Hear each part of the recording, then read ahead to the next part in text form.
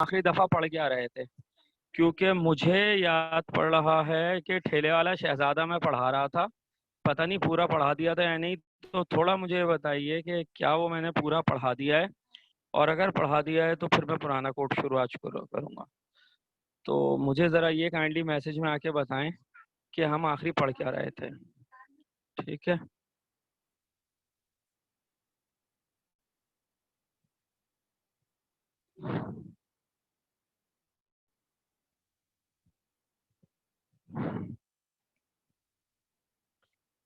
ہاں آواز آ رہی ہے آپ لوگوں کو میری؟ لاسٹ ہم پڑھ کے آ رہے تھے، تھوڑا سا ذرا مجھے بتائیے. ٹھیلے والا شہزادہ پورا ہو گیا تھا یا نہیں؟ اچھا پورا پڑھ لیا تھا نا، بس میں یہی پوچھنا چاہ رہا ہوں کہ مجھے، کیونکہ پچھلے ہفتے بارش ہو گئی تھی تو اس لیے مجھے یاد نہیں پڑ رہا کہ وہ لیسن پورا ہوا تھا یا نہیں ہوا تھا. ٹھیک ہے. اچھا جی، اب آج سے ہم یہ نظم شروع کریں گے جس کا نام ہے پرانا کوٹ. اچھا جی جی جی جی جی جی ٹھیک ہے. اچھا جناب، اب آپ اگر اس کے ٹائٹل پہ دیکھیں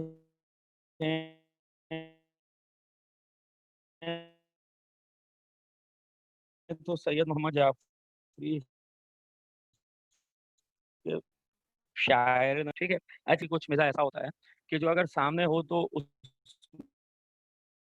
میں ہنسنے بھرتا ہے، مسکراہٹ کا. مائٹ بھی پاسبل شاید جس طرح میں پڑھا ہوں یا میں سمجھانے کی کوشش کروں تو شاید اتنی زیادہ مسکراہٹ یا ہنسی نہ آئے، لیکن بہرحال ہے ایک مزاحیہ نظم. ٹھیک ہے. اچھا، اس کے شاعر سید محمد جعفری ہیں، اور ایک بات اپنے ذہنوں میں رکھیے گا کہ بورڈ میں اس کے حوالے سے ایک ایم سی کیو کچھ اس طرح آتا ہے کہ آپ کی کتاب میں موجود مزاحیہ نظم کون سی ہے. 4 نظمیں ہوتی ہیں، ان میں سے ایک سلیکٹ کرنا ہے، یا مزاحیہ شاعر کون سا ہے. ٹھیک ہے. اچھا، اب چونکہ ہمارے پاس کوئی 17-18 نظمیں ہیں کل ملا کے، لیکن ان میں سے واحد مزاحیہ نظم پرانا کوٹ ہے اور اس کا شاعر محمد جعفری ہے، سید محمد جعفری، تو اسی لیے ہم انہی کو مزاحیہ نظم اور مزاحیہ شاعر کنسیڈر کریں گے. ہو سکتا ہے کہ آپ پیج پلٹ کر دیکھیں تو آپ نے سر اقبال نے کیا مزاحیہ شاعری نہیں کی، مثال دے رہا ہوں، نذیر نے نہیں کی، یا جوش ملی آبادی نے نہیں کی. بالکل بھائی، ان سبوں نے مزاحیہ شاعری کی ہے، لیکن فی الحال ہماری کتاب میں جو ہے ہم اس کو ریٹ کریں گے، ہم اس کو کنسیڈر کریں گے. تو یہ جو نظم ہے جس کا نام ہے پرانا کوٹ، یہ ایک مزاحیہ نظم ہے اور اس کے شاعر سید محمد جعفری مزاحیہ شاعر. اچھا، اب اس نظم میں ہے کیا؟ میری ذاتی رائے میں یہ پرانا کوٹ جو ہے، اس میں کا جو سب سے آخری شعر ہے جو آپ کو پیج 143 پر ملے گا، وہ واحد سنجیدہ شعر ہے. باقی شاعر نے کوشش کی ہے کہ اس کو تھوڑا سا ہلکا پھلکا فن کریٹ کر سکے، تھوڑا سا مزاح اس میں داخل کر سکے. اچھا، اب یہ پرانا کوٹ کیا ہے؟ اس کا کانٹینٹ کچھ اس طرح ہے کہ شاعر، سردیوں کا موسم آیا، شدید سردی تھی، انہوں نے سوچا میں اپنے جسم کو کس طرح پروٹیکٹ کروں اس ٹھنڈ سے، تو وہ چلے گئے لنڈا بازار. ٹھیک ہے. لنڈا بازار جو ہر شہر میں، جیسے ہمارے یہاں سول اسپتال کے پاس پوری جو مارکیٹ ہے لنڈا بازار کی، اور مختلف جگہوں پہ مارکیٹ ہے لنڈا بازاروں کی. ٹھیک ہے. وہ وہاں چلے گئے لنڈا بازار، اور وہاں سے انہوں نے ایک پرانا سا خرید لیا کوٹ. ٹھیک ہے. شاعر کو وہ کوٹ اتنا پسند آیا، اتنا پسند آیا کہ شاعر اس کوٹ سے اتنا متاثر ہوئے کہ اس کی شان میں انہوں نے ایک پوری نظم کہہ ڈالی، اور اس میں انہوں نے اس کوٹ کی اہمیت کو اجاگر کیا. تو اب انہوں نے کس طریقے سے اس نظم سے، اس موضوع سے اپنی محبت کا اظہار کیا ہے، تھوڑا سا اس کو سمجھنے کی کوشش کریں گے. دوسرا، پرانا کوٹ کا مقصد کیا ہے؟ وہ صرف ایک بات سمجھانا چاہ رہے ہیں کہ انسان زندگی میں بہت آگے بڑھتا ہے، بہت آگے بڑھتا ہے، بہت زیادہ آگے سے آگے بڑھتا جاتا ہے، اور وہ پچھلی باتوں کو بھولتا چلا جاتا ہے. اور شاید دستور دنیا بھی یہی ہے، ہوتا بھی یہی ہے، جب آپ آگے بڑھتے ہیں تو پچھلی باتوں کو بھولتے جاتے ہیں. لیکن یاد رکھنا، کامیاب انسان وہ کہلاتا ہے تاریخ میں جو اپنے ماضی سے سبق سیکھ کر اپنے مستقبل کو ترتیب دیتا ہے. ٹھیک ہے. جو اپنی ماضی سے، اپنی ماضی کی جانے والی غلطیوں سے سیکھتا ہے، اپنے حال کو سدھارتا ہے اور مستقبل کو خوشگوار بنانے کی کوشش کرتا ہے. تو شاعر نے اس نظم کے ذریعے کچھ اس طرح کا ایک پیغام دیا ہے کہ بجائے اس کے، ٹھیک ہے، بجائے اس کے کہ تم آگے سے آگے بڑھتے جاؤ، اور سوری، کہ یہ ٹھیک ہے تم آگے سے آگے بڑھو اور خوب ترقی کرو اور بہت آگے بڑھو، لیکن اپنی زندگی میں ایک نہ ایک ماضی کی یاد، ماضی کی بات، ماضی کا قصہ، کوئی نہ کوئی ایسا ضرور رکھو کہ جب کبھی تمہیں احساس ہونا کہ واقعی تم بہت بڑے آدمی ہو، تم بہت آگے جا چکے ہو، بہت امیر ہو چکے ہو، پتہ نہیں تم کیا سے کیا ہو چکے ہو. اور obvious کیا پوزیشن ہوتی ہے جب انسان مغرور ہونے لگتا ہے. تکبر کرنے لگتا ہے, تھوڑا سا پاگل ہونے لگتا ہے غرور میں. تو یہ جو جذبہ ہے نا, جو بہت آگے جا رہے ہو, بہت آگے بڑھ رہے ہو, تو وہ ماضی کی یاد, وہ ماضی کا قصہ, وہ ماضی کی چیز تمہیں تمہاری اوقات, تمہیں تمہاری حیثیت, تمہیں تمہارا مرتبہ یاد دلاتے. یعنی جس لمحے تمہیں ایسے لگے کہ تم ہواؤں میں اڑنے لگ گئے ہو, اللہ نے تم پہ اتنا کرم کر دیا ہے, اور تم دوسروں کو بھی بالکل گھاس بھی نہ ڈالو, اس لمحے یہ جو پرانی چیزیں ہوتی ہیں نا, اکا دکا, جو چھپی ہوئی ہوتی ہیں کہیں نہ کہیں, اور یہ ایک دم نظروں کے سامنے آتی ہیں, تو یہ انسان کو وہ اٹھا کے زمانوں پیچھے مختلف خاکے میں لے جاتی ہیں, اور پھر انسان کو یاد آتا ہے کہ وہ کیا تھا, کہاں تھا, کیا تھا, کیسا تھا, اور وہ آج کہاں سے کہاں پہنچ چکا ہے. چنانچہ ایسی کوئی ایک یاد, ایک بات, ایک قصہ, ایک کہانی ضرور زندگی میں جوڑ کر رکھنی چاہیے. اچھا, یہ بات تو بالکل اینڈ میں جا کے ہوگی, لہٰذا تھوڑا سا ذرا ہلکا پھلکا فن کریٹ کیا شاعر نے, ذرا اس سے بات کا آغاز کریں. ناظم کا نام ہے پرانا کوٹ, شاعر کا نام ہے سید محمد جعفری, لہٰذا توجہ رکھیے گا. خریدا جاڑوں میں بازار نیلام سے یہ پرانا کوٹ. اچھا, نیلام کیا ہوتا ہے؟ نیلام یہ ہوتا ہے کہ آپ کسی ایسی دکان پہ گئے جہاں پر ایک چیز ہے اور وہ دکاندار اس کو بیچنا چاہ رہا ہے, لیکن وہ ایسے نہیں بیچ رہا جیسے آج کل آپ جاتے ہیں, ہینگ ہوئی ہوئی ہے یا فولڈ ہوئی ہوئی رکھی ہوئی ہے یا تھان لپٹے ہوئے, تو آپ نے بولا یہ اٹھا کے دکھا دو. تو نیلام میں یہ ہوتا ہے کہ ایک چیز شو ونڈو پہ ہینگ ہوئی ہوئی ہے, اور ایک شخص نے اس کے 10 روپے لگائے, دوسرے نے اس کے 20 لگا دیے, تیسرے نے 25, چوتھے نے 30, تو جس کو کہتے ہیں بولی لگنا.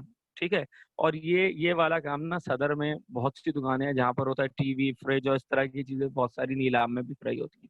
ٹھیک ہے, تو شاعر کہتے ہیں بھائی سچی بات ہے کہ ہمارے پاس اتنے پیسے تو نہ تھے, لہٰذا ہم نیلام میں ایک تو لنڈا بازار گئے, پھر نیلام کی دکان پہ چڑھ گئے, تو ہم نے دیکھا ہے کہ, اور ہمیں ضرورت بھی کوٹ کی تھی, اور اتفاق سے وہاں بک بھی کوٹ ہی رہا تھا. ٹھیک ہے, اب یہ تو سارا ایزمپشن ہے, لہٰذا اتنے سارے اتفاقات تو ایک ساتھ نہیں ہو سکتے. تو کہتے ہیں ہماری نظر پڑ گئی پرانے کوٹ پہ جس پہ بولی لگ رہی تھی, چنانچہ ہم نے سب سے زیادہ بولی لگائی, اور یوں ہم ایک اچھا کوٹ خرید کر لے آئے. جو پھٹ کے چل نہ سکے یہ نہیں ہے ایسا نوٹ. ٹھیک ہے, اچھا, اب اس کوٹ کی سب سے پہلی خوبی کیا ہے کہ جو پھٹ کے چل نہ سکے یہ نہیں ہے ایسا نوٹ. اچھا, عموماً یہ ہوتا ہے کہ جب آپ کوئی بھی چیز خریدتے ہیں اور دکاندار کو جب آپ پیسے دیتے ہیں, اور وہ صاف ستھرے نوٹ, ٹھیک ہے, نئے نہ ہو, پرانے ہو, پر صاف ستھرے ہو, اور ایسے میں دکاندار آپ کو کوئی بھی ایک ایسا نوٹ 3-4 نوٹوں کے بیچ میں دبا کے رکھ دے جو کہ ٹیپ لگا ہوا ہے, تو آپ کیا کرتے ہیں, ذرا سی ہوشیاری جس میں ہوتی ہے نا, وہ ٹیپ والا نوٹ نکالتا ہے, کہتا ہے صاحب یہ نوٹ بدل کے دے دو. اچھا, وہ کہہ رہا ہے کیوں؟ آپ نے کہا بھائی وہ ٹیپ لگا, اس نے کہا ٹیپ لگا ہوا ہے تو نوٹ تو چلے گا. آپ نے کہا بھائی مجھے نہیں پتا, میں نے صاف نوٹ دیا تھا, مجھے صاف نوٹ چاہیے.